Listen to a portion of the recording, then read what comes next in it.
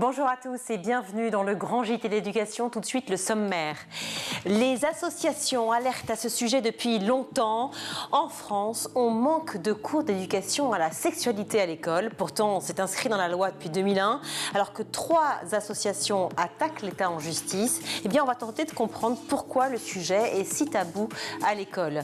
En deuxième partie d'émission, on va s'intéresser au bridge. La Fédération française de bridge a créé un jeu pour les tout petits, le petit bridge on dit, et vous allez voir que cela peut parfois remplacer les cours de maths. On se pose toujours la question de savoir à quel âge on doit arrêter de fêter les anniversaires, mais la vraie question à se poser remonte sur l'histoire des anniversaires en question. Depuis quand les fête-t-on et pourquoi? Loïc Landreau nous raconte tout dans quelques instants. Loïc, on le retrouve tout de suite pour l'actualité en bref.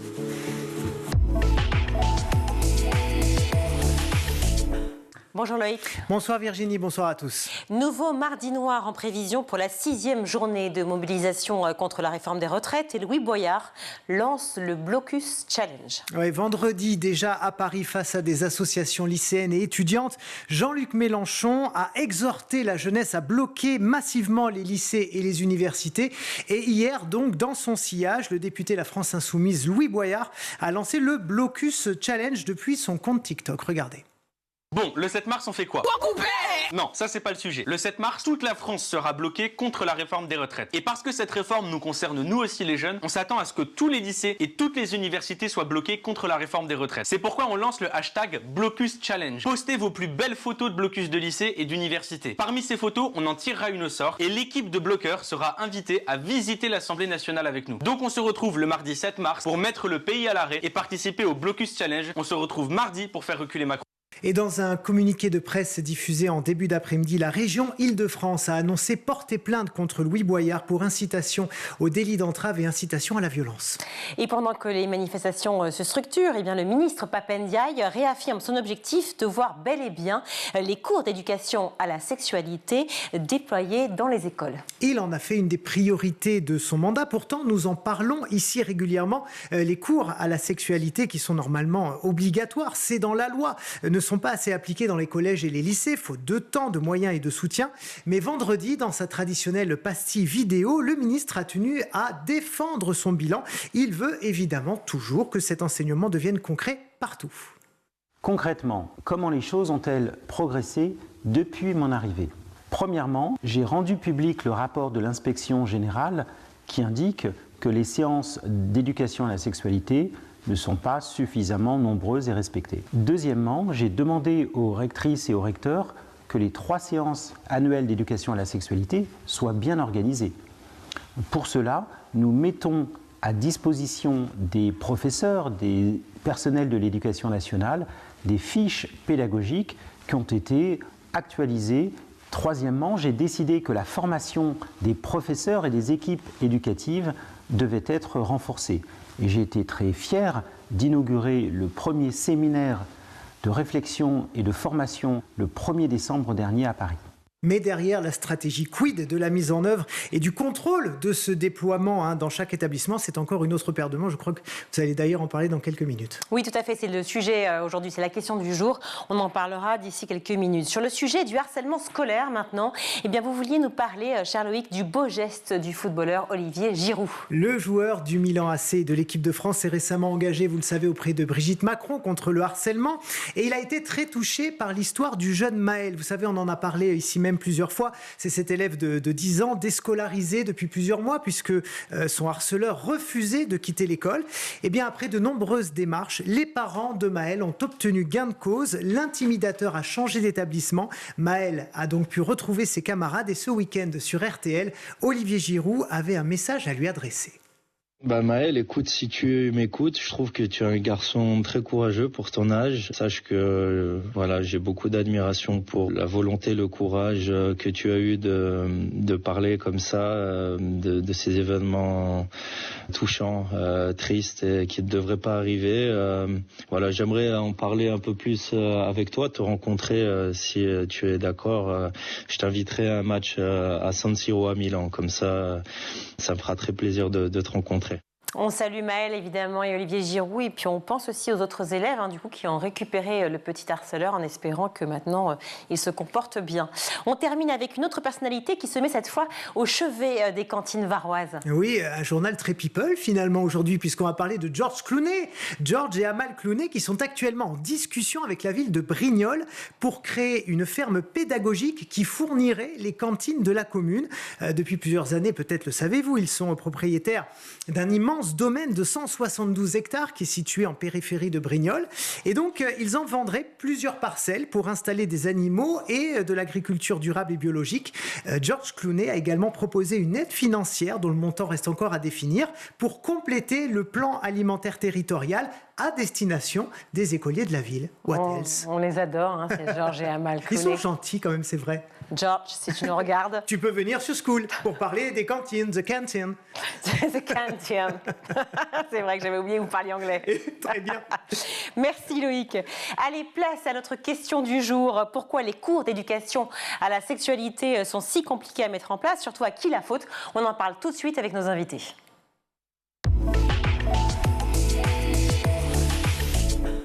Pour en parler, je suis ravie d'accueillir Lucille Joma. Bonjour. Bonjour. Vous êtes la présidente de SOS Homophobie. Et face à vous, je suis ravie d'accueillir Nathalie Meyer. Bonjour. Bonjour. Merci beaucoup d'être avec nous. Vous faites partie de l'association Nous Toutes.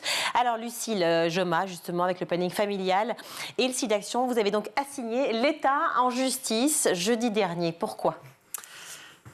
Eh bien, pour non-application d'une loi, une loi de 2001 qui impose à l'État de faire 3 cours d'éducation à la sexualité du CP jusqu'au lycée pour que chaque élève soit vraiment ait vraiment toutes les clés dans la vie pour avoir pour bien partir, Je vous en prie. pour bien partir dans la vie et vraiment avoir toutes les clés et pouvoir vivre sereinement sa vie et sa sexualité. Assigner l'État en justice, c'est pas anodin, c'est-à-dire que c'est un vrai combat qui se mène tout d'un coup, qui est un combat pour vous, qui est une vraie lutte pour qu'effectivement ces cours, on l'a compris, d'éducation à la sexualité soient réellement faits, puisque ce n'est absolument pas le cas. On va revenir ensemble sur tous les chiffres aujourd'hui, mais assigner l'État en justice, qu'est-ce que vous attendez clairement de ce qui va se passer désormais ?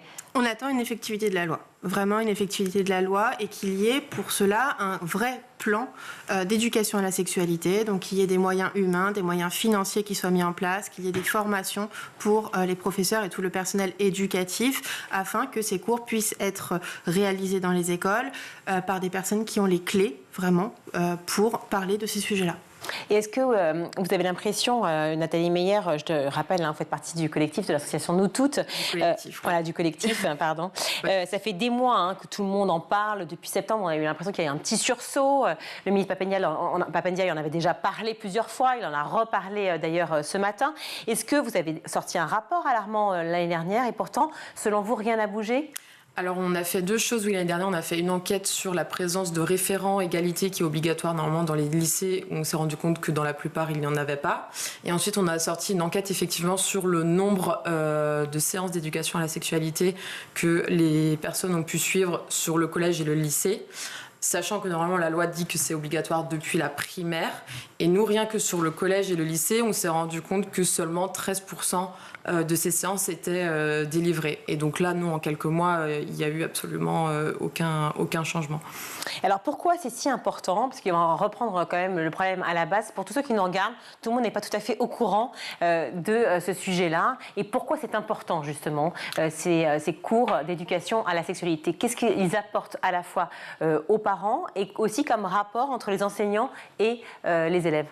Et c'est important, aux élèves, évidemment. Que nous, on estime que c'est un des leviers principaux en fait, pour lutter contre les violences sexistes et sexuelles. On se rend compte que c'est à l'école notamment que commence à se faire qu'on commence à différencier et à créer les stéréotypes entre les filles et les garçons. Et c'est important que dès le plus jeune âge, on apprenne à connaître son corps, à connaître ses émotions, à pouvoir s'identifier au genre qu'on souhaite, à pouvoir connaître sa sexualité. Et en fait, l'école en tant que lieu d'apprentissage de vie en société a le devoir en fait d'enseigner ça à ses élèves, accompagnés ensuite des parents ou de tout le personnel éducatif. Peut-être peut-être que c'est le titre qui ne convient pas, Lucie Joma. Qu'est-ce que vous en pensez? Parce que éducation, finalement, à la sexualité, tout de suite on pense au sexe, on pense à des choses qui peuvent être un peu gênantes, peut-être pour les parents, pour les élèves, ou même pour les professeurs aussi, qui ne se sentent pas, alors que c'est quelque chose de tout à fait naturel, tout simplement. Alors que là, on y parle de beaucoup d'autres choses qui sont pleinement plus, pas plus intéressantes, mais en tout cas qui sont plus complètes. Et notamment, on y parle effectivement de biologie, de psycho-affectivité, de relations sociales, évidemment du consentement et de ce qu'est le corps et de ce que c'est aussi purement le sexe et la sexualité, mais aussi l'amour. C'est bien plus complet. Oui, c'est vraiment des cours très complets qui permettent vraiment aux jeunes d'avoir beaucoup d'informations, de pouvoir se construire eux-mêmes, mais vraiment de pouvoir appréhender les relations qu'ils vont avoir avec les autres, de ne pas être discriminant, de pouvoir vraiment avoir une relation saine, sans rapport de force, sans discrimination. Vraiment, c'est vraiment des cours qui permettent à tout le monde de vivre sereinement les relations à l'autre. Et donc c'est pour ça qu'il y a un aspect à la fois affectif, un aspect relation avec son corps. Respecter son corps, c'est aussi important. Respecter le corps de l'autre, respecter le consentement. Et tout ça, représente les cours d'éducation à la sexualité. Donc il ne faut pas l'oublier. Mais vous pensez que les cours peuvent éviter la violence? Vous pensez par exemple qu'il y aurait moins de violence LGBT, contre les personnes LGBT, si on respectait cette loi? Bien sûr, parce c'est tout le cœur de ces cours-là, c'est justement d'apprendre déjà, parce qu'il y a beaucoup de gens qui ont une méconnaissance de toutes les notions autour de la LGBT-phobie et des questions d'identité. Donc il y a une question de connaissance et ensuite de respect. Plus on apprend jeune, plus on est conscient de certaines choses et plus on réussit ensuite à accepter les différences qu'il peut y avoir autour de nous. Pour qu'on comprenne, face à des élèves, face à une classe finalement qui serait un peu perdue, quelles sont les premières questions que vous posent les élèves ou que poseraient les élèves face à ce genre de situation de cours d'éducation à la sexualité? Parce qu'on a l'impression, toutes les trois évidemment, on se dit non mais ça nous paraît assez évident, enfin on en parle, on a déjà ce lien et tout ce qu'on a pu lire dessus, mais par rapport justement à des élèves qui sont au collège, en 5e, 4e, quelles sont les premières réactions dont on voit qu'ils ne sont pas au courant et qu'ils ont besoin d'assister à ces cours? Alors, je vais parler d'expérience personnelle, mais moi, je n'ai pas donné ces cours, donc je vais parler en tant qu'ancienne élève et pas en tant qu'intervenante dans ces situations-là. Je pense qu'avant de se demander quelles sont les questions qui se posent, c'est aussi réussir à les mettre à l'aise pour qu'ils puissent poser des questions. Les formuler. Je pense que là, actuellement, c'est toujours... on parle surtout déjà de biologie, peut-être un petit peu des IST, du VIH, etc. Mais ça paraît Infection sexuellement transmissible pour les IST. Non, je vous en prie, c'est pour éclairer. Mais voilà, c'est un climat souvent, de ce que moi j'ai vécu, qui est assez froid, assez descendant, alors que, surtout si le personnel qui le fait en fait n'est pas formé, comme peuvent l'être par exemple les personnes qui interviennent chez SOS Homophobie ou au planning familial. Donc la première chose, c'est déjà de créer un climat qui permette aux élèves de se sentir en sécurité pour poser les questions qu'ils ont envie. Mais c'est vrai que c'est très difficile. On va pas se cacher. C'est très difficile de parler déjà d'amour. On est déjà tous très mal à l'aise. On ne sait pas tous en parler. Peut-être que Fabrice Lucchini sait le faire, mais dans l'absolu, c'est extrêmement compliqué. Et puis parler effectivement de sexualité, du rapport au corps, de pouvoir mentionner les noms, tout simplement. C'est compliqué. Ouais, le premier levier, c'est de lever le tabou. Lever le tabou, et à partir du moment où on a levé le tabou, on va pouvoir, tout au long de l'année, aborder ces sujets-là. Aborder les sujets de l'orientation sexuelle, de l'identité de genre, des violences sexistes et sexuelles. Il faut à un moment lever le tabou, et pour ça, c'est important aussi de se mettre dans un autre contexte que le contexte descendant du prof qui donne des informations aux élèves. C'est important de pouvoir échanger avec des associations, de pouvoir avoir des ressources.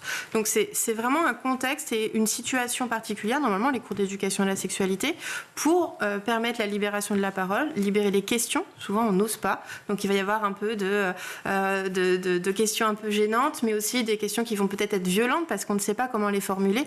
Par exemple, lorsqu'on fait des interventions en milieu scolaire sur les questions de LGBT-phobie, il va y avoir des insultes, il va y avoir du rejet des personnes LGBT, mais au fur et à mesure de notre intervention, il va y avoir beaucoup plus d'acceptation et de comprendre en fait qu'il n'y a pas de raison de rejeter les personnes LGBT. C'est la même manière pour les violences sexistes et sexuelles, c'est la même manière pour son corps. apprendre à le connaître. Et donc, voilà, il faut lever le tabou et après, on peut poser des questions beaucoup plus librement et échanger plus librement avec les professeurs. Libérer la parole. On en revient toujours à l'essentiel, finalement, à la base. C'est libérer la parole, sauf que libérer cette parole, pour nous trois, c'est peut-être plus facile. Pour d'autres encore, je le répète, c'est toujours assez compliqué. Et pour tous ceux qui, en fait, eh bien, se doivent, en tant que professeurs, enseignants ou personnels de l'éducation, effectivement, d'apporter ces cours-là. Peut-être que c'est là où il y a un problème, une formation qu'il n'y aurait pas. Comment on fait pour pouvoir s'adapter ? Vous l'avez vécu, vous le disiez en tant qu'élève, mais est-ce que vos professeurs, par exemple, étaient à l'aise avec ça ? Pour en parler. Forcément, et je me souviens que c'est surtout des cours d'SVT, donc beaucoup orientés sur la biologie. Mais pour revenir sur la façon dont on y arrive, déjà, je pense que si on commence à en parler très tôt, plus on en parle tôt et plus les élèves auront une facilité en fait à en parler, parce que très rapidement, comme on leur parle de quelque chose, ils ne vont pas identifier ça comme étant un tabou et ils vont pouvoir évoluer tout le long de leur scolarité autour de cette éducation. Très tôt, c'est prévu au CP, c'est ça. C'est prévu à partir du CP, où là, on va parler de son corps, qu'est-ce que c'est mon corps, qu'est-ce que sont les émotions que je peux ressentir, pourquoi je dois respecter mon corps et le corps de l'autre, etc. Tout est adaptable à tout public. Donc ça, c'est une première chose. Et ensuite, comme vous le disiez, il y a un problème de formation. Il y a la plupart, donc, sauf si on fait intervenir des associations spécialisées, le personnel enseignant, la plupart du temps, manque de formation. Et oui. Et donc pour ça, on manque de moyens et ça fait notamment partie des raisons pour lesquelles on demande 2 milliards pour lutter contre les violences sexistes et sexuelles. Une partie de cet argent serait allouée à la formation des enseignants, autant aussi, parce que finalement, dans leur programme actuellement, il n'y a pas forcément des heures dédiées pour ça. C'est des heures qu'il faut prendre en plus ou parmi ses cours, etc. Donc cet argent doit servir à former, à avoir du matériel, à pouvoir prendre le temps de le faire et voilà, de pouvoir créer un cadre global qui est favorable à la réalisation de ces séances. On va revenir justement sur l'aspect politique. Attaquer l'État en justice, c'est une façon aussi de pouvoir demander cet argent-là. Oui. En fait, l'idée derrière, c'est vraiment qu'avec le ministère de l'Éducation nationale, on puisse ensemble créer un plan qui permettrait de vraiment mettre en place ces cours d'éducation à la sexualité et que ce soit effectif. Aujourd'hui, on voit qu'il y a des établissements scolaires où il y a bien ces 3 cours d'éducation à la sexualité qui sont réalisés et d'autres établissements où il n'y en a aucune. Question de territoire, question aussi de ville, de campagne, c'est quoi on n'a pas de répartition, on n'a pas de chiffres sur la répartition, mais on sait par contre qu'il y a des établissements où il n'y a aucun cours d'éducation à la sexualité qui sont réalisés et d'autres où ils le sont. Les chiffres pour éclairer ce que vous dites, 15% des écoliers et des lycéens, donc primaire et lycée seulement, et 20% des collégiens bénéficient de ces cours-là. Donc effectivement, c'est très très peu. Donc c'est très peu. Il y a des établissements où il y a 0 cours d'éducation à la sexualité. Donc déjà, les jeunes n'arrivent pas avec le même bagage et n'arrivent pas avec vraiment les mêmes informations dans la vie d'adulte, en tant que citoyen, citoyenne. Donc ça, c'est important de le rappeler. Et après, on voudrait, avec le gouvernement, vraiment qu'il y ait un vrai plan qui soit mis en place, un vrai plan qui soit fait donc, pour qu'il y ait des personnes qui soient formées à faire ces cours d'éducation à la sexualité, pas forcément sur tous les sujets, parce que les sujets sont très vastes, que ce soit au niveau de l'anatomie, que ce soit au niveau de vraiment des fonctions reproductives, en fonction de tout ce qui est grossesse non désirée, IST, tout ça. Peut-être le penser aussi avec le ministère de la Santé, du coup. Oui, bien sûr, avec le ministère de la Santé, bien sûr, mais c'est le ministère de l'Éducation nationale qui est chargé d'appliquer cette loi, puisque ça a lieu dans les établissements scolaires. Donc une formation, et puis après également qu'il y ait du budget qui soit alloué pour les associations qui font des interventions dans le milieu scolaire, et que actuellement on a à peu près la moitié des interventions à SOS Homophobie pour lesquelles on est sollicité et pour lesquelles on ne peut pas intervenir parce qu'on n'a pas assez de bénévoles, on n'a pas assez de personnes pour réaliser ces interventions. C'est la même chose avec le planning familial. Et pourquoi pas assez de bénévoles ? Parce que je suis assez étonnée, parce que tout le monde est assez motivé sur le sujet. C'est-à-dire que quand on est engagé, on a envie forcément de partager et on a envie que nos jeunes comprennent la situation et qu'on est quand même dans une société qui est extrêmement tendue sur tous les plans. Je pense que tout le monde relève ça aujourd'hui. Et donc, pourquoi ce problème de bénévolat ? C'est-à-dire que parce qu'on ne sait pas comment agir, en fait ? Alors déjà, ça demande un temps d'investissement qui est assez important, puisque c'est être formé pour intervenir, parce que bien sûr, tout le monde n'intervient pas quand ça lui chante et pour dire ce qu'il veut. Ça veut dire intervenir en journée dans les établissements scolaires, donc ça veut dire potentiellement poser des RTT, des congés, ça veut dire vraiment un investissement qui est fort. Donc bien sûr, s'il y a des gens qui veulent nous rejoindre pour faire ces interventions en milieu scolaire, elles sont les bienvenues, on les formera et elles pourront intervenir sur les sujets de sexisme et de LGBT-phobie. Mais ça nécessite vraiment un engagement fort à long terme. Et donc, le bénévolat, c'est comme tout engagement, ça dure un certain temps. Et puis après, on fait autre chose parce que dans notre vie, on a d'autres ambitions, etc. Donc, on a un renouvellement sans arrêt des bénévoles. Mais on a toujours besoin de plus de bénévoles. Et après, on a besoin, si certaines associations, nous on fonctionne vraiment sur du bénévolat, mais certaines associations ont besoin de salariés. Pour salarier des gens, pour faire des interventions en milieu scolaire, ça nécessite un budget qui est colossal. Et donc, pour ça, il faut que le gouvernement et le ministère allouent de l'argent pour qu'on puisse intervenir. Alors, ce qui est vraiment étonnant, oui, je voulais juste abonder dans ce sens-là. C'est vrai qu'en fait, là, on parle de bénévolat, mais en fait, c'est inscrit dans la loi. Voilà. C'est le devoir de l'État. Donc en fait, là, on peut juste remercier les personnes qui prennent du temps sur leur temps libre parce qu'elles ont aussi potentiellement un travail ou beaucoup d'activités. Et en fait, là, on demande à des personnes de faire gratuitement un travail pour lequel elles devraient être rémunérées. Et donc, c'est pas le problème de pas avoir suffisamment de bénévoles, c'est le problème de pas avoir un gouvernement qui permet que des personnes rémunérées fassent ce travail qui est, rappelons-le quand même, une obligation légale qui est inscrite dans la loi depuis 20 ans. Si on pousse un peu plus loin, en fait, ça veut dire qu'on crée des associations aussi pour ça, pour pouvoir faire appliquer une loi. Alors du coup, je vais aller encore un peu plus loin. Est-ce que c'est justement parce que ça coûte de l'argent, finalement, que, on laisse les associations le faire en se disant, elles vont le faire et ça va être bénévole et nous, ça ne coûte pas d'argent. Et comme ça, on a inscrit une loi, on a une bonne conscience, mais rien ne se fait. Alors je pense que cette loi, c'était vraiment une bonne volonté au départ. Je pense qu'il y a toujours une volonté de la faire appliquer, mais pas assez de moyens mis. Mais une volonté de la part de qui? Puisque manifestement, on le voit bien, 15%, 20%. Après, il manque des budgets pour la faire appliquer. Après, pour ce qui concerne les associations, il ne faut pas oublier que quand on intervient en tant qu'association, on intervient et on n'entre pas du tout dans le même cadre d'une relation élève-professeur. Et du coup, on va pouvoir permettre de libérer la parole autrement. On n'a pas ce côté ascendant-descendant. On a vraiment un échange qui est beaucoup plus simple, qui permet de beaucoup plus d'aborder des sujets de manière plus profonde, en quelque sorte. Donc pour vous, il faut maintenir effectivement les associations ou collectifs ou autres qui pourraient rentrer effectivement dans le cadre de l'éducation nationale, mais qui resteraient, si vous voulez, sous le sceau de la loi. Exactement, et qui serait financé du coup par l'éducation nationale plutôt que d'être bénévole. Voilà. Après, ça dépend des associations, comment elles veulent fonctionner, mais en tout cas, un vrai besoin qu'il y ait des moyens qui soient alloués aux associations pour pouvoir faire ce travail qui, en effet, devrait être réalisé par l'État. C'est sûr que les associations ne peuvent pas, clairement pas, faire les 3 séances d'éducation à la sexualité pour tous les élèves à tous les niveaux. Ce n'est juste pas possible. Il faut qu'il y ait un juste milieu entre les associations qui interviennent sur quelques sujets et l'État qui prenne en charge les autres cours d'éducation à la sexualité avec des professeurs qui sont formés et qui peuvent intervenir sur tous les autres sujets. D'autant plus que l'argument en fait énoncé par l'État souvent pour expliquer le fait que ce ne soit pas appliqué, disent mais en fait les enseignants manquent de temps. Ils n'ont pas le temps, ils ont déjà peu de temps pour pouvoir finir leur programme, ils sont déjà exténués, fatigués et les conditions de travail sont déjà difficiles. Donc effectivement on manque de temps. Est-ce que là en l'occurrence ce que vous proposez, le fait que ce soit fait par des personnes extérieures à l'éducation nationale n'est pas aussi en faveur justement de ces cours à dispenser rapidement? Il y a le souci des élèves qui ont un nombre d'heures aussi qui est défini, donc voilà. Et après, il y a les professeurs qui sont rémunérés pour un nombre d'heures aussi d'intervention.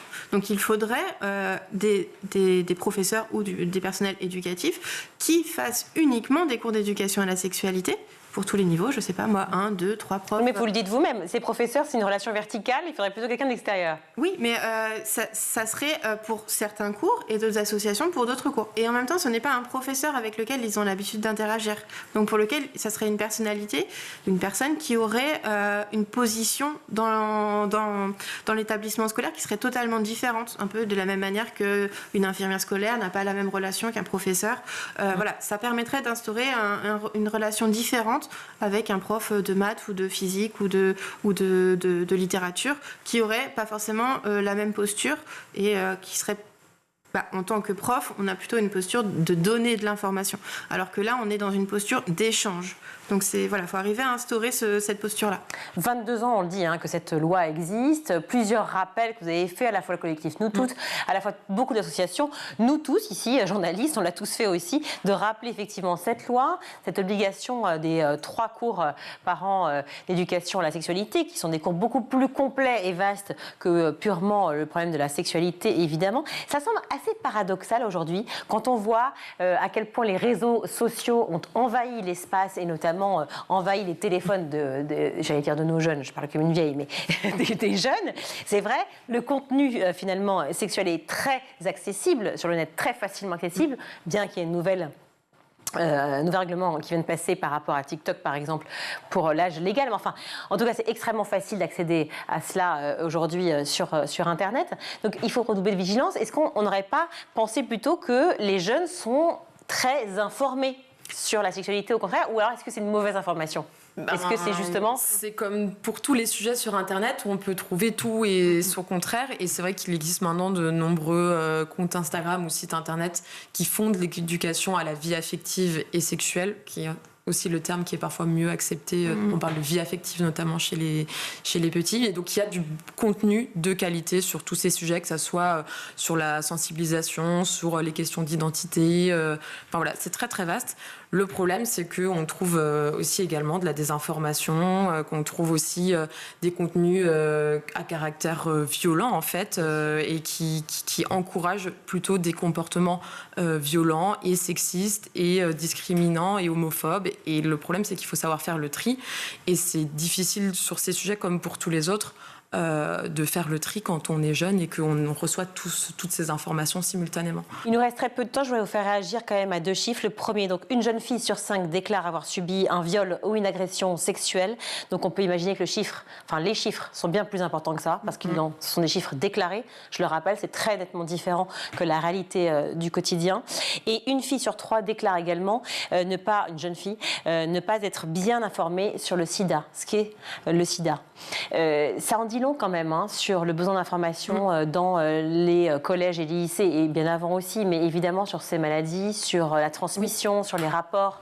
Oui, bien sûr. Et en fait, on s'aperçoit que les jeunes de 12 à 24 ans, les jeunes femmes et les personnes LGBT sont les plus touchées en fait, par les violences sexistes et sexuelles, alors que ce sont elles également qui passent le plus facilement sous les radars de ces violences-là, et notamment des violences au sein du couple qu'on n'imagine pas en fait quand on est jeune, parce qu'on dit violence conjugale, donc on a l'impression qu'on peut s'accrocher à ça que quand on est pacsé ou quand on est marié ou qu'on habite ensemble, alors qu'en fait ça existe déjà très tôt. Et c'est pour ça, encore une fois, que de passer par ces formats d'éducation à la vie affective et sexuelle dès le plus jeune âge, c'est important, parce que finalement ce continuum de violences sexistes s'inscrit dans le temps, commence très très tôt. Voilà.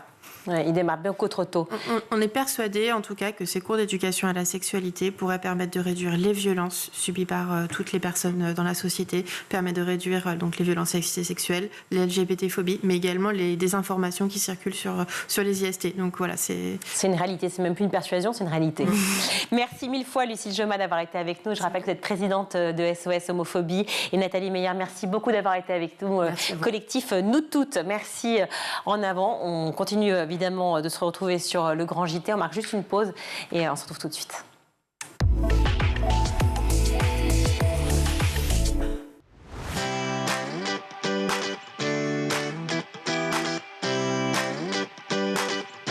Tous les matins, retrouvez Emmanuel Davidenkoff et son équipe dans La Quotidienne.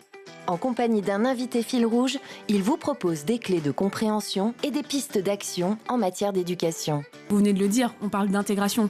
Là, aujourd'hui, ce qu'il faudrait, c'est que l'inclusion se mette en place réellement.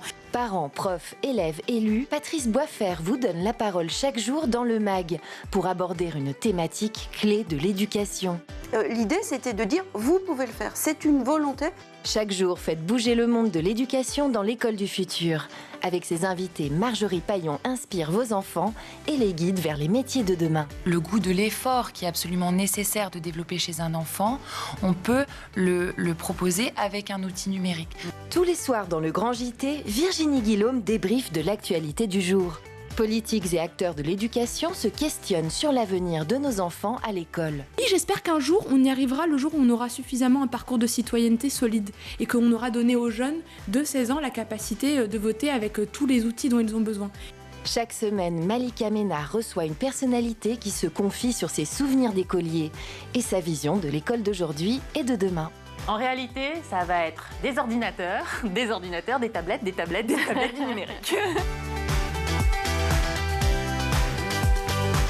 School TV, imaginons ensemble l'école de demain.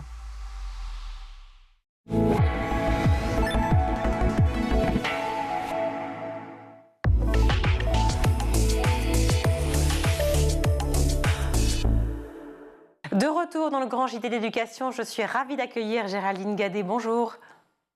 Bonjour. Merci d'être avec nous. Vous êtes élue en charge des affaires scolaires à la Fédération française de bridge. Alors on connaît tous le bridge, ou presque, en tout cas on connaît le nom, ça c'est certain, le fameux jeu de cartes dont le but est de faire un maximum de levées. Vous êtes avec nous aujourd'hui pour nous présenter le petit bridge. Alors le petit bridge pour petit bridge, donc pour le bridge pour les enfants, spécialement conçu pour les enfants de cycle 2. Alors cycle 2 c'est tôt, hein, c'est CP, CE1, CE2. Ma première question forcément, alors le bridge, j'avoue que je n'y joue pas, mais je vois ce que c'est. Ça me paraît déjà très difficile à mon âge. Des enfants de CP, CE1, CE2, c'est possible? On apprend vite? Alors, c'est une version simplifiée du bridge, hein, vous vous en doutez, donc qui est adaptée pour les enfants de 6 ans. Donc, on a un jeu avec un petit peu moins de cartes. On joue qu'avec 10 cartes, et puis on a des couleurs. Et donc, l'ordre des cartes, de 1 à 10, les cartes sont numérotées. Donc, c'est de toute façon un petit peu plus simple que le bridge. C'est un jeu qui a été inventé par la Fédération en 2018, avec pour but de faire travailler des compétences mathématiques aux enfants de cycle 2. Ouais. Alors justement, pour ceux qui ne savent pas jouer au bridge, est-ce que vous pouvez nous raconter à quel point ça fait travailler justement les maths, le calcul mental, la déduction? Ben, c'est un jeu où en fait on a quasiment plus de part de chance en fait. On va limiter la chance et on va faire appel à des capacités de réflexion et de raisonnement. Il va falloir mémoriser les cartes qui passent, hein, il va falloir compter. Et puis le bridge, c'est le seul sport de l'esprit où on joue avec un partenaire. Donc il y a en plus l'intérêt de collaborer avec son partenaire, de communiquer. Et puis de ne pas gaspiller ses bonnes cartes, hein, pour optimiser le score de l'équipe. Alors on va évidemment faire des progrès en maths. Là vous voyez des petits bouts de chou qui jouent dès 6 ans et donc qui doivent mémoriser les cartes qui passent. Et dès le CP, ce qui va être intéressant pour les professeurs des écoles, c'est qu'ils vont pouvoir travailler par exemple la notion d'ordre. Alors, je suis aussi professeure de maths. Hein, donc, tout s'explique. Voilà. Tout s'explique, Géraldine. Ouais. Je suis aussi professeure de maths en collège. Et j'interviens en primaire sur des classes de CM1, CM2, mais on peut aussi, dès le cycle 2, donc travailler de la notion d'ordre, le rangement par ordre croissant, par ordre décroissant. On va faire travailler des automatismes comme ça, des réflexes de calcul mental, beaucoup d'addition, de soustraction, les compléments à 10. Donc ça doit parler aux professeurs des écoles qui travaillent en cycle 2. Hein. Alors attendez, vous venez de dire les compléments à 10, ça veut dire quoi? Moi j'ai oublié là. Faut savoir que comme il y a 10 cartes dans chaque couleur, s'il y en a 7 de tombées, combien est-ce qu'il en reste? Voilà, c'est bon, je suis Géraldine. Vous disiez que vous étiez professeur également de mathématiques, ça tombe bien parce que la Fédération française de bridge s'est engagée auprès du ministère de l'Éducation nationale. Donc il y a des profs de maths qui utilisent, comme vous, finalement le jeu de bridge pour pouvoir faire travailler les maths à l'école. C'est le but, c'est de faire des maths autrement, de façon ludique. Alors en plus, cette semaine, c'est la semaine des maths, hein, vous le savez. Donc, et le thème de la semaine des maths, c'est jeu à la carte. Hein, c'est maths à la carte, pardon, excusez-moi. Donc le jeu de bridge rentre complètement dans le thème. Donc en effet, on a signé une convention avec le ministère de l'Éducation nationale depuis 2012. On a une convention avec la FFB et donc beaucoup de profs ont été formés hein, depuis quelques années. On est à plus de 6000 profs formés. Donc profs et puis personnel de l'éducation nationale, hein, inspecteurs, référents maths, conseillers pédagogiques du premier degré. Et ensuite, ces professeurs font du bridge dans leur classe. Alors ça peut être sous la forme d'un club de mathématiques sur la pause méridienne ou sur l'emploi du temps des élèves. Ça peut être aussi du bridge pendant leur cours de maths. Et puis, moi, j'ai la chance d'avoir une option bridge dans mon collège. Donc, les élèves, ils ont cours de bridge. On peut valider les compétences sur le socle commun. Voilà, toutes les compétences qu'on travaille avec les élèves pendant le club de bridge. Pas mal, c'est qu'on peut garder ses partenaires jusqu'à la fin de sa vie et jouer au bridge jusqu'à la fin de sa vie. C'est pas mal, moi, je trouve, comme opération. Loïc Landreau. Vous me tendez une perche incroyable parce que je voulais justement en venir à ça, puisque on va pas se mentir, le bridge dans l'inconscient collectif, c'est le jeu de vieux par excellence. On voit ça. On dit pas les vieux. Pardon, des personnes âgées. Non, c'est vrai qu'il y a peut-être cette réputation qui est manifestement erronée, mais c'est vrai que le bridge, on voit souvent des personnes âgées. Est-ce que vous répondez là à la crise des vocations et vous êtes en train de former les jeunes à faire continuer votre jeu de vivre dans le temps ? Bien évidemment, on a envie de rajeunir aussi l'image du bridge parce qu'en fait, ce n'est pas du tout un jeu de vieux. Les jeunes, ils adorent. En fait, c'est juste un jeu qui est méconnu. Et en fait, en faisant très tôt, on voit que les gamins, ils accrochent, mais à fond. Hein. Alors actuellement, il y a plus de 3000 jeunes qui jouent au bridge en France cette année, hein, je parle, ou qui en font... en classe, c'est difficilement quantifiable parce qu'il y a beaucoup de profs formés qui ne font pas forcément des retours sur leur pratique. Donc nous, à la Fédération française de bridge, on ne sait pas exactement partout où il y en a, mais il y a énormément d'enseignants maintenant qui vont l'utiliser dans leur pratique. Hein. Géraldine Gadet, en tant que joueuse de tarot, je parle de moi, et de poker, est-ce que j'aurais une possibilité d'apprendre le bridge assez facilement ? Est-ce que je me mets au petit bridge tout de suite ou est-ce que je me mets au bridge dès le début ? Alors vous pouvez jouer au petit bridge si vous voulez, c'est sympa, mais vous pouvez commencer le bridge aussi tout de suite. Et même quand on ne joue pas aux cartes, ça marche aussi. Hein. C'est vrai que les joueurs de cartes vont peut-être apprendre un peu plus vite au départ, mais moi, dans les élèves à qui j'apprends le bridge, malheureusement, il y en a très peu qui jouent aux cartes. On ne joue plus à la belote avec son papier et sa mamie, ça c'est fini. Donc les jeunes, ils découvrent ce que c'est qu'un roi, un as, un valet. Géraldine, vous avez eu l'intelligence de créer des cartes pour enfants dans le petit bridge qui ressemble beaucoup à un jeu très connu, avec des cartes de couleurs, etc., avec des interdits, des retours, etc., qu'on ne mentionne pas. Mais enfin bon, quand même. Oui, et puis c'est aussi un mélange avec un jeu de cette famille aussi. C'est un peu le Uno, c'est un peu le jeu de cette famille, mais c'est vraiment du bridge. En fait, le petit bridge laisse énormément de possibilités. En fait, le petit bridge, même pour des adultes, c'est super. Quand on commence à rentrer dans la stratégie, le raisonnement, la déduction, en fait, toutes les possibilités du bridge sont quasiment réunies dans ce jeu qui est magique. Hein. Voilà, alors, avec les enfants, on va à un rythme différent, on va à leur vitesse pour pas les noyer, hein, pour que ça soit un apprentissage agréable et pour les mettre en confiance. Parce que le but de tout ça, c'est quand même de redonner le goût de la recherche, le goût du raisonnement, de leur redonner confiance pour faire des mathématiques, de créer un bon climat scolaire. Voilà. Évidemment, je l'imagine. Merci beaucoup en tout cas Géraldine Gadet d'avoir été avec nous. Je rappelle que vous êtes élue en charge des affaires scolaires à la Fédération française de bridge. Voilà, vous pouvez sauter sur le petit bridge. Merci beaucoup. Tout de suite, c'est à vous, cher Loïc Landreau, pour votre chronique de la semaine.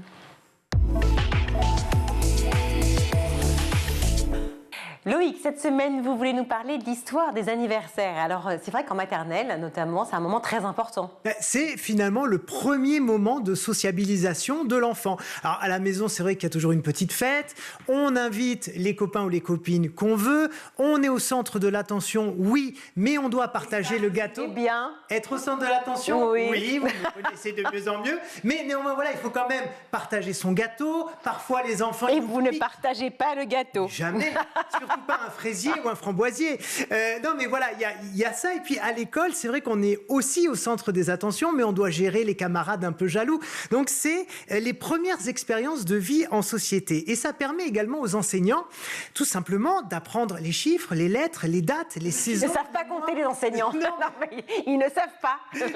C'est bien connu. Bien sûr, ils en profitent pour parler de tout ça. Donc il y a un intérêt éducatif. Mais figurez-vous quand même que dans l'histoire de l'humanité, l'humanité, on n'a pas toujours fêté les anniversaires. Enfin, pas sous cette forme-là, c'est ça? Exactement, c'est ça. Déjà au cours de la très haute antiquité, on fêtait rarement les anniversaires personnels, tout simplement parce qu'on n'avait pas les capacités intellectuelles et matérielles pour appréhender le temps et compter les années qui s'écoulent.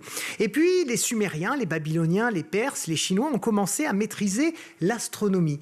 Donc ils ont élaboré un calendrier, des mois, des saisons, et le temps qui passe devient aussi une source de célébration et on se met à fêter des anniversaires. Et comment ça se matérialisait tout ça? Alors pas par des anniversaires de vous et moi. D'abord, on fêtait la naissance des rois, des pharaons, des empereurs et ou du début de leur règne. Oui, et des reines aussi, oui d'accord, ou des impératrices, oui d'accord. C'était d'ailleurs des fêtes obligatoires. Mais en Égypte, par exemple, on a retrouvé des papyrus sur lesquels étaient écrites des invitations à des anniversaires d'enfants. Mais on suppose que c'était pour des familles plutôt de la haute bourgeoisie, puisque les paysans, malheureusement, déjà ne savaient pas écrire sur des papyrus et puis n'avaient pas cette conscience du temps. En Grèce antique, un petit peu plus tard, on honorait chaque année son daimon et à Rome, son genius. Et c'est le même principe pour les deux cultures. C'est une sorte de mini-dieu. Un ange, un esprit protecteur qui est aux côtés de chaque être humain tout au long de sa vie. Et donc, le jour de son anniversaire, quand on le connaissait, parce que parfois on ne le connaissait pas, eh ben, on s'habillait en blanc et avec ses amis, on allait sur un autel et on déposait des offrandes sur son daimon, son genius, pour le remercier de sa protection. Et à la chrétienne, ça change ou pas? Alors en fait, l'Église, elle efface totalement la référence à l'anniversaire, justement parce que dans l'Antiquité, elle est associée à ces grandes fêtes un peu païennes où l'empereur est déifié. Et ça leur va pas du tout. Et en plus, il faut bien comprendre une chose, c'est qu'à cette époque en France, c'est l'Église qui tient les registres municipaux. Donc, c'est elle qui tient à jour. Sauf que le recensement à cette époque-là, c'est pas le jour de naissance, c'est le jour de baptême. Ah oui. Évidemment, la société, effectivement, était catholique et était liée avec l'État. La séparation de la loi de l'État, l'Église et de l'État, c'était 1905. Voilà, oui. C'était pas à cette époque. Et en fait, il faut savoir que le jour de baptême pouvait avoir lieu bien plus tard que le jour de naissance parce qu'il y avait beaucoup de maladies infantiles et de morts d'enfants. Et donc, on attendait un petit peu d'être sûr que l'enfant soit assez solide pour en faire le baptême. Mais finalement, la plupart des gens à cette époque-là ne savaient pas quand ils étaient nés. Ils avaient leur date de baptême, ça c'est sûr. En plus, l'Église considère que la naissance rappelle le péché originel. Donc, elle préfère promouvoir le saint patron plutôt que la personne. Donc, en gros, si vous êtes baptisé le 29 décembre, par exemple, eh bien chaque année, vous fêtez la Saint-David. Et ainsi de suite sur toutes les dates. Voilà comment ça fonctionne. Et vous parlez de naissance, alors, sauf que en fait, là, c'est aussi associé à la mort à cette époque-là. Oui, c'est ça. En fait, ce qu'on appelle anniversaire concrètement, c'est celui de la mort de quelqu'un. Chaque année, on célèbre la mémoire du défunt à sa date de décès. Mais là encore, ça a du sens. Parce que pour l'Église, la mort, c'est le début de la nouvelle vie, de ce qu'on appelle la vie éternelle. Et c'est pour ça qu'on le célèbre. D'accord. Heureusement que certains se mettent effectivement à célébrer autre chose que la mort, quand même. Oui, c'est ça. Et là, on avance un petit peu jusqu'au XVIe siècle, et ce sont les protestants, au moment de la Réforme, qui déjà réfutent le culte des saints et ils remettent l'individu au cœur de la spiritualité. Et eux, en fait, ils considèrent qu'il faut célébrer la naissance parce que c'est tout simplement un moment joyeux qui marque l'arrivée d'une nouvelle personne qui peut influencer le monde, qui peut changer le monde, qui peut apporter tout son rayonnement. Et d'un coup, vous voyez, c'est complètement autre chose. Et donc, à partir du XVIIe siècle, eh bien, les anniversaires personnels, cette fois, commencent à s'affirmer, surtout dans les pays anglo-saxons, puisque c'était là-bas que les protestants se sont beaucoup affirmés. Et en France, c'est au XVIIIe siècle que la tendance s'installe, notamment parce qu'après la Révolution française, enfin, il y a des registres de naissance. C'est plus l'Église qui tient ces registres-là, mais c'est la République. Et donc, voilà, maintenant, on sait à peu près quand est-ce qu'on est né. Mais ça reste quand même, il faut le dire, un événement assez irrégulier, majoritairement célébré par les plus aisés. Et c'est finalement à la fin du 19e siècle, début 20e, que toutes les strates de la population fêtent leur anniversaire, notamment ceux des enfants. Mais j'adore ces petites infos. Vous en avez une autre encore, une dernière pour Oui, nous? alors oui, l'air et les paroles de la chanson qu'on chante tous, Joyeux anniversaire, joyeux anniversaire, eh bien c'est l'invention de deux sœurs, Mildred G. Hill et Patty Smith Hill. Elles étaient maîtresses de jardin d'enfants dans le Kentucky, aux États-Unis. Et la chanson est publiée pour la première fois en 1893 et ce sont elles donc qui ont imaginé cette mélodie et les paroles qui vont avec. Ouais. Les paroles, il y a deux mots ou il y a plus? Alors, joyeux anniversaire, plus le prénom, ça fait 3. D'accord. Merci beaucoup, merci Loïc. Allez, c'est l'heure de découvrir l'invité de la semaine de Malika Ménard dans Souvenir d'écolier. Regardez.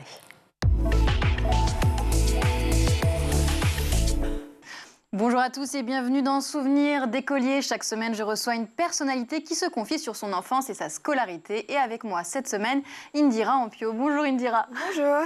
Ça va? Ça va bien et toi? Juste quelques mois maintenant qu'on te connaît comme Miss France 2023. Eh oui. Quel regard tu portes sur les premiers mois? Ça se passe très bien, très bien. On bouge beaucoup, on se déplace énormément.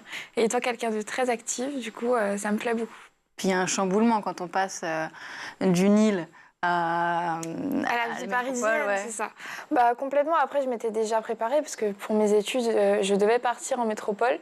Donc je m'étais déjà... pas partie encore? Non, j'étais pas encore partie. Bon, ça faisait depuis novembre que j'étais en métropole. Mais c'est vrai que c'est pas pareil, la vie étudiante et la vie de Miss pour le coup. Oui, t'étais arrivée en métropole pour le concours de Miss France. Oui, c'est ça. Pas trop de choc alors finalement? Bah pas vraiment parce qu'en même temps j'avais l'habitude de venir en métropole et puis je suis quelqu'un d'assez solitaire on va dire, donc être seule en soi, ça, je suis tout le temps entourée, mais c'est vrai qu'être seule, habiter seule, ça me dérange pas trop. Et puis Paris, c'est la première fois que tu vis seule? Oui. Tu vivais encore chez tes parents? Oui. Ok, donc il y a un grand bouleversement, mais qui te perturbe pas trop. Bah pas trop parce que je m'étais déjà préparée psychologiquement parce que je devais partir justement en métropole pour mes études. Donc j'étais déjà préparée à vivre ma vie de Parisienne. Est-ce que tu as une idée déjà de ce que tu voudrais faire après Miss France? Alors après Miss France, je vais commencer ma licence de communication. Ensuite, je vais me spécialiser en identité visuelle et publicitaire. Et pour devenir directrice artistique. Donc oui, tu sais, c'est pas que tu as une idée, c'est déjà clair, net programmé. C'est déjà programmé, l'école elle m'attend, ça fait... depuis septembre, j'avais repoussé. Donc depuis septembre, ils t'ont accordé la possibilité de revenir. Ok. Oui. Donc ça veut dire qu'en septembre prochain, même quand tu seras Miss France, tu y retourneras? En janvier. En janvier. En janvier prochain. On arrête de parler du futur, on va faire un petit flashback. On va remonter le temps. Et déjà, donc, tu as grandi à Basse-Terre? J'ai grandi à Basse-Terre et on va dire que j'ai fait une grande partie à Basse-Terre et le reste sur la Grande Terre. C'était comment ton enfance là-bas? C'était vraiment bien, parce que j'étais vraiment entourée de ma famille. Parce qu'à Basse-Terre, c'est où il y a vraiment toute ma famille, avec mes grands-parents, mes oncles, mes cousins, mes cousines. Donc c'est vrai qu'on a passé de bons moments. Et puis après, sur la Grande Terre, c'est où j'ai vraiment pu, on va dire, commencer ma vie d'adolescente, parce que c'est à ce moment-là où j'ai pu commencer vraiment la vie de collégienne avec des amis. Donc j'ai d'ailleurs mes copines depuis le collège, que je connais depuis le collège, qui sont toujours à mes côtés. Donc je suis trop contente par rapport à ça. Et c'est vrai que ça a fait un peu un changement, parce que Basse-Terre et Grande Terre, c'est pas la même chose. C'est quoi la différence entre les deux? C'est pas la même chose. Moi, je trouve que Basse-Terre, c'est plus familial. C'est beaucoup plus convivial, on va dire, parce que c'est plus petit, tout le monde se connaît à Basse-Terre, tandis que sur la Grande Terre, c'est vrai que c'est plus grand. Il y a beaucoup plus de lycées, il y a beaucoup plus d'écoles. Donc, c'est vrai que les jeunes se connaissent, mais pas pour tout le monde. Enfin, c'est vrai que ça ne concerne pas tout le monde. T'as l'impression que c'est là où tu t'es vraiment fait des amis, en fait? On va dire, j'ai toujours mes amis de Basse-Terre, mais c'est vrai que j'étais plus petite. Donc, parce que moi, je suis rentrée sur la Grande Terre, j'avais 12 ans, et vraiment plein milieu du collège, on va dire. Donc, c'est vraiment à ce moment-là où j'ai pu me faire beaucoup d'amis, on va dire, de ma vie d'adolescente. Voilà. T'as des frères, des sœurs? J'ai un frère, un grand frère. Quelle relation t'as avec lui? On est très proches. On est très proches avec mon frère. Il a 22 ans. Et c'est vrai que ça m'a fait un choc quand même parce qu'il est parti faire ses études il y a 3 ans. Ouais, il est parti pendant 3 ans au Canada. Ah oui. Et du coup, c'est vrai que c'est bon. Il n'y a pas un énorme décalage horaire, mais c'est vrai que d'être tout le temps avec lui, le fait qu'il parte d'un coup, ça m'a fait un petit choc. Il est encore au Canada? Non, elle est revenue. Maintenant, il est à Paris et il est à côté de chez moi. Donc, je suis contente. Ah, donc là, vous voyez tout le temps? On se voit tout le temps. Hier, il était à la maison, donc on se voit tout le temps. Et du coup, ça fait plaisir parce que vraiment, mon frère et moi, on est proches. Donc, le voir assez souvent, ça me fait plaisir. Ça me réconforte justement parce que ma vie de Parisienne, je ne suis pas toute seule. Ça, c'est bien. Oui, tu as ton grand frère. Oui, ça, c'est bien. Justement, comment il vit, lui, ce qui est en train de t'arriver maintenant? Il est content. Il est content. C'est vrai que ça lui fait un choc aussi, je pense, parce que moi, il me voit toujours comme sa petite sœur, Indira. Voilà. Il me voit pas comme la Miss, et même moi. Hein. Enfin, ça change de jour en jour. Mais c'est vrai que lui, il a toujours ce regard assez protecteur vis-à-vis de moi. Et je pense qu'il est quand même content, mais il a quand même ce petit regard où il faut faire attention. T'étais quel genre d'élève, toi? Alors, j'étais une élève très studieuse, assez bavarde quand même, parce que je suis très pipelette. Je pense que tu vas le voir. Non, mais, nous, on aime, hein, on préfère que tu sois bavarde. Super. Et non, mais très studieuse. Et je voulais tout le temps ramener des bonnes notes à la maison. Donc, tu étais une bonne élève alors? J'essayais. Pas dissipée? Non, pas du tout. Juste des petits bavardages? Oui, bon. Il n'y avait pas beaucoup de mots sur le carnet, donc ça, c'est bien. C'est ce que j'allais dire. Est-ce que sur ton carnet, à chaque fois, il y avait trop de bavardages ou même pas? Non, même pas. En fait, je parlais. Allez. En vrai, ça va. Je parlais, mais je pense que ça amusait un peu les profs aussi, parce que je parlais beaucoup avec les profs pendant le cours. Limite, je m'amusais pas à la galerie, mais je faisais une pleine discussion avec le prof. Je racontais un peu ma vie en plein cours. C'était un peu bizarre. Mais bon, ce sont des bons souvenirs et je me rappelle quand même que j'avais 2-3 petits mots, mais c'était pas bien méchant. Ta scolarité, pour toi, c'est un bon souvenir alors? Oui, très bon souvenir. C'est déjà la fin de ce numéro. On se retrouve demain, toujours en compagnie d'Indira Ampio pour la suite de Souvenirs d'écoliers. À demain. Merci Malika, à demain. Tout de suite, c'est le ZAP, le meilleur de School TV. À l'occasion justement de la semaine du 8 mars, vous republiez une collection spécifique qui s'adresse justement à la mise en lumière de ces 100 grandes femmes de l'histoire. Alors il y a, je vais le montrer tout de suite, le manuel au complet avec les 100 femmes ici en grand format. Et puis il y a des livres dédiés, donc c'est ceux que Joséphine et Gaëlle ont entre les mains, où on va se familiariser avec le personnage de Rosa Parks, d'Olympe de Gouges, de Marie Curie ou de Simone Veil. L'idée, c'était de se dire que c'est une façon pour lutter contre l'invisibilisation des femmes dans l'histoire. Alors, en tout cas, je ne sais pas si on est vraiment en lutte. Disons que l'histoire, il y a énormément de destins de femmes fascinants. Donc, on n'a pas eu à beaucoup lutter, en fait, parce que il y en a des tonnes, en fait, des histoires qui sont dingues autour des grands destins de femmes, quelles que soient les périodes, d'ailleurs, quelles que soient les civilisations. Néanmoins, c'est vrai que c'est souvent des destins qui sont parfois un peu méconnus, ou en tout cas qu'on met peu en lumière à l'école. Et du coup, l'un de nos objectifs, c'était de faire connaître ces destins-là, quoi, des artistes, des scientifiques, des guerrières, des révolutionnaires, des militantes.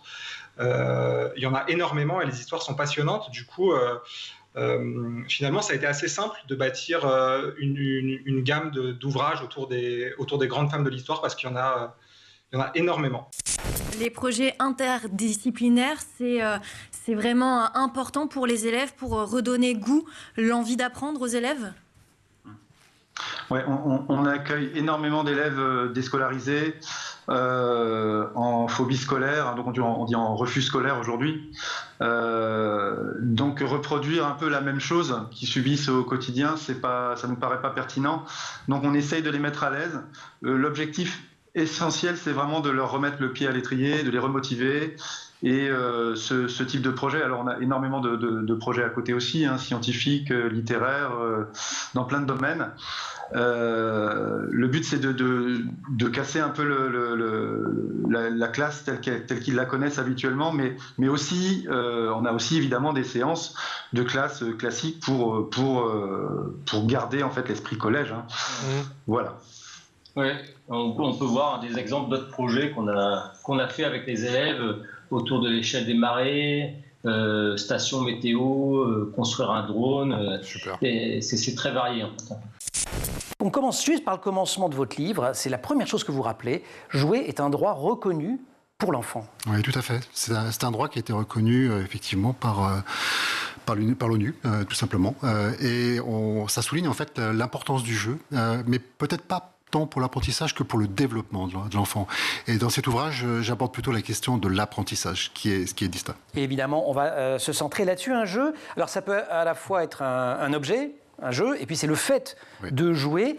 Ça se reconnaît en fait à 5 caractéristiques. D'abord, il y a une notion de défi. Tout à fait. Il y a toujours un défi dans un jeu. S'il n'y a pas de défi, il n'y a pas de jeu. Alors, c'est pas forcément une compétition entre joueurs.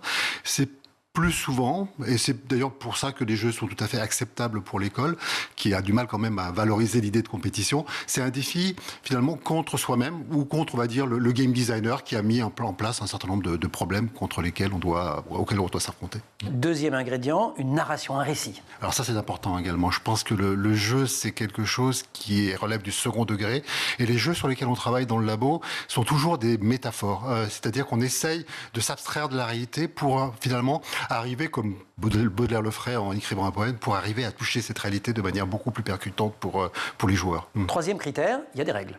Alors oui, ça c'est important. Ce sont des règles arbitraires, un peu comme les règles de l'école d'ailleurs. Les règles de l'école sont un petit peu arbitraires, mais en tout cas pour pouvoir jouer, il faut que soit que le joueur adhère à ces règles, soit qu'il construise ses propres règles pour pouvoir tricher. Et ça peut être intéressant certaines fois pour l'apprentissage. Vous inaugurez ce lundi la 11e édition de ces semaines de sensibilisation des jeunes, femmes et entrepreneuriat. Ça va se dérouler partout, dans plusieurs établissements scolaires jusqu'au 24 mars. L'idée de départ, c'était de se dire qu'il fallait donner à voir l'entrepreneuriat en classe pour qu'il soit mieux compris.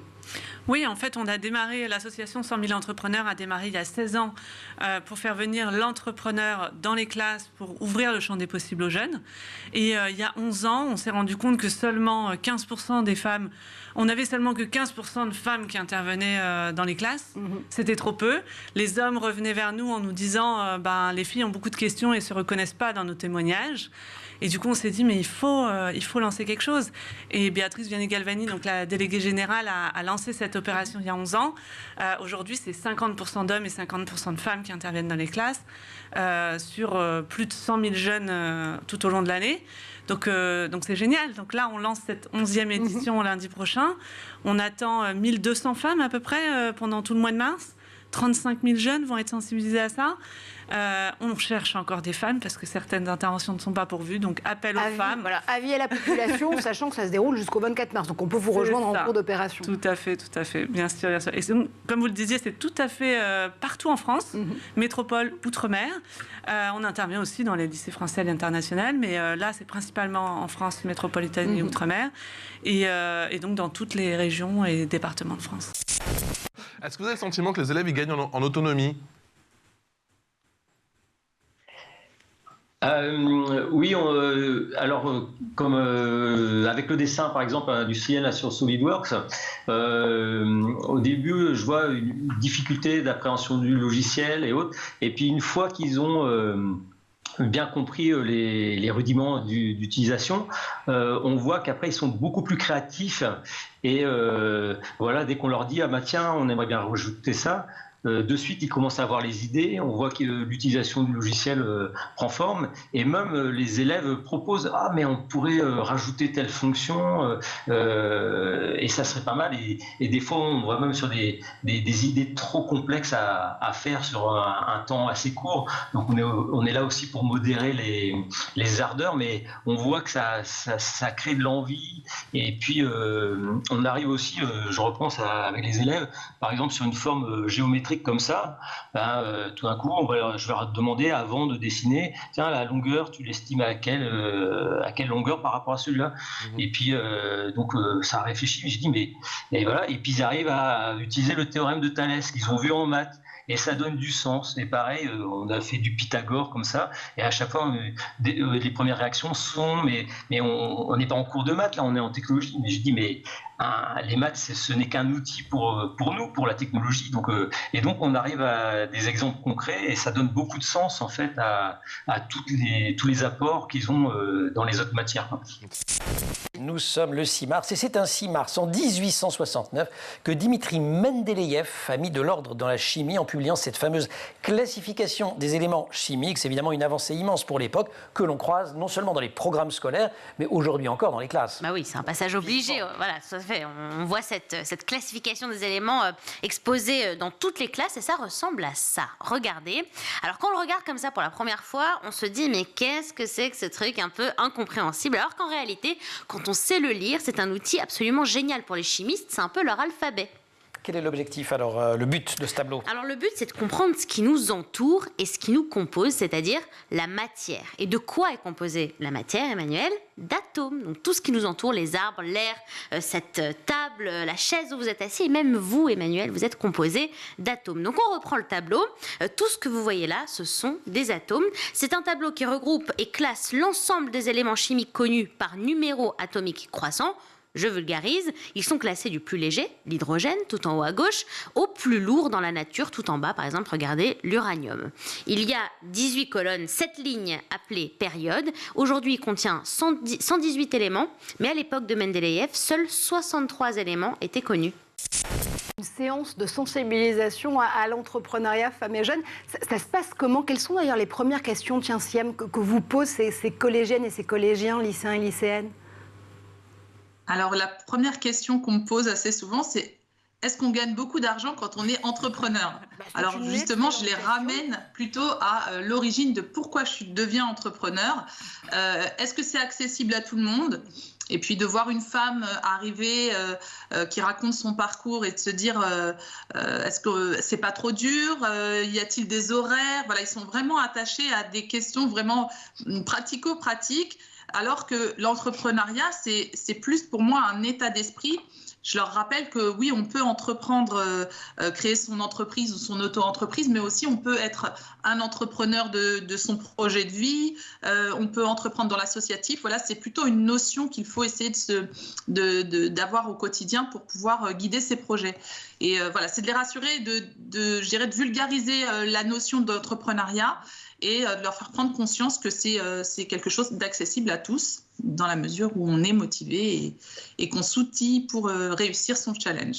C'était le ZAP et c'est aussi la fin de ce grand JT. Merci à vous tous de nous avoir suivis. Vous pouvez retrouver toutes les émissions sur schooltv.com, revoir et encore. Écrire, bien entendu, à Loïc Landreau qui adore ça et qui sera un plaisir de vous répondre. Moi aussi, bien entendu. On vous retrouve quand, Loïc? Lundi prochain, avec un immense plaisir. Tous les lundis. Oui. Voilà, lundi, c'est ravioli. Voilà, le lundi, c'est Loïc. Merci beaucoup. Et puis, peut-être que vous allez aussi intervenir un peu avant. Je crois que vous allez même prendre ma place dans quelques jours. Je m'éclipse. Oui, vous éclipsez. On se revoit mercredi, effectivement. Vous allez avoir la chance d'avoir Loïc ici pour pouvoir animer le Grand JT. Vous allez le retrouver pendant 3 jours de suite. Aujourd'hui, à la réalisation, je remercie 1000 fois Alice Pitavi. Le son aussi, c'est Thibaut Gorilla Fond. Le maquillage, c'est Emma Razafine-Dralambeau. Et évidemment, à la rédaction, Emma Guessel et Agathe Delannoy. Très belle soirée à tous. Ciao.